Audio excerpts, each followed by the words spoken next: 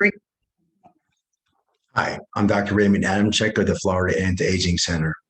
The latest World Anti-Aging Conference was very exciting with interesting and important information for women. As we know, women's Alzheimer's disease is far more prevalent than men, and it's predicted to increase even further with time.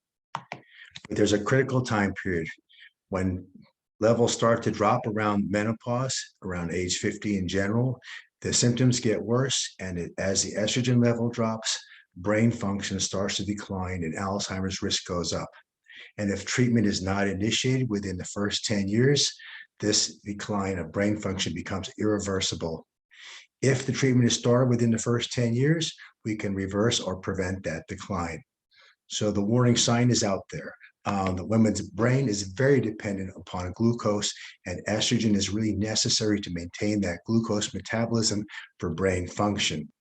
There's already very good evidence that hormone replacement therapy is the best treatment for osteoporosis, but also there's the same window for cardiovascular disease. Within 10 years of menopause, hormone replacement therapy must be started or there's irreversible damage, even to the cardiovascular system and higher risk. So please get the word out. Hormone replacement therapy is essential within the first 10 years of menopause. The alarm bell is ringing. Otherwise, your risk for significant illnesses like osteoporosis, Alzheimer's disease, and cardiovascular disease will be far increased. Thank you.